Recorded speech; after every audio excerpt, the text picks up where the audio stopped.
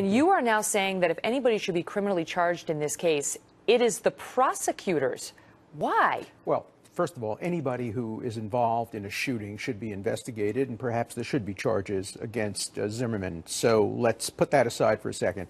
But this affidavit submitted by the prosecutor in the Florida case is a crime. If she, in fact, knew about ABC News's pictures of the bloody head of Zimmerman and failed to include that in the affidavit, this affidavit is not the truth, the whole truth, and nothing but the truth. Why do they have to put in there? Why do they have to, and there's the picture. Why do they have to put in there the evidence that is bad for their side? Because they're prosecutors, and prosecutors, when they submit affidavits, have to tell the whole truth, not just a partial truth. A half lie is a lie.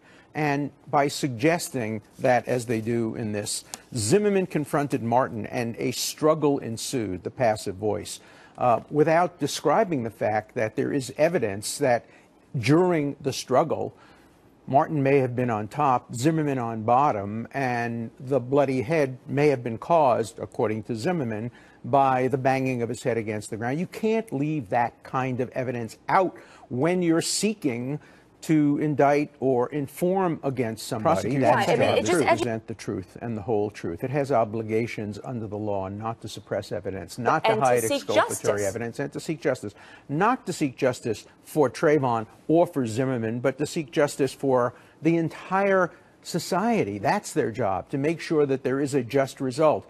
Now, I've heard from some, well, the prosecution has more evidence, but they're holding it back. This isn't poker, where you hold two cards and you flip them later.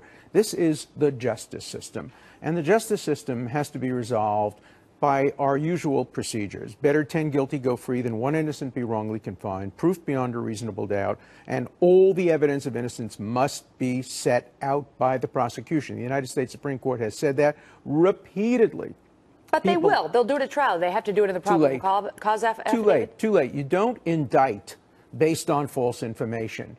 Now, one of the problems is because they've indicted for second-degree murder, and there's nothing in this affidavit that suggests second-degree murder, the elements of second-degree murder aren't here, the expectations have been reduced. There was an article today in one of the Daily Beast saying there'll be riots on the street if there's an acquittal. If there are riots, it will be the prosecutor's fault because she overcharged, raised expectations. No reasonable jury is going to convict based on the evidence I know of second-degree murder. So this prosecutor not only may have suborned perjury, she may be responsible, if there are going to be riots here, for raising expectations to unreasonable levels. Trayvon Martin was a victim. He was not committing any crime. He was carrying Skittles. He shouldn't have been followed. He shouldn't have been confronted. But if, in fact, Zimmerman is telling the truth that he was blindsided, that Martin turned from a victim into an assailant, you may have two victims, two provokers, and a very complicated legal issue that always must be resolved in favor of the defendant. When in doubt, you always resolve those doubts. The statute's very clear. If you're the provocateur, let's assume under your hypothetical that Zimmerman was the provocateur, you lose the stand your ground statute, but you don't lose traditional self-defense. So even if he can argue in front of a jury, but it's not going to get him out of the criminal trial altogether. Well, it might. It might get him out of the criminal trial because the stand your ground statute gives the judge the right under the general statute to look at the law. Any reasonable judge should throw out second-degree murder. And now we're down to manslaughter. Then you have to ask yourself, is there enough of manslaughter? Not in this affidavit. There may be more evidence that the prosecution now has.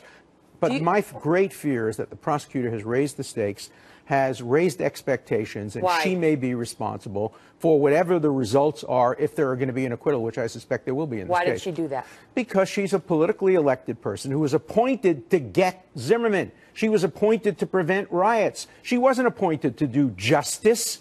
She was appointed to calm the situation down. That's the problem when you elect prosecutors. We're the only country in the Western world that elects prosecutors. Prosecutors run for re-election based on how many people they put in jail. That doesn't produce justice. We saw that problem. I'm not saying it applies here, but we saw that problem in the Duke fake rape case with Mike Nifon, who was running for re-election. What happened to him? He went to jail for a night and got disbarred. If I were this prosecutor, I'd be hiring a lawyer.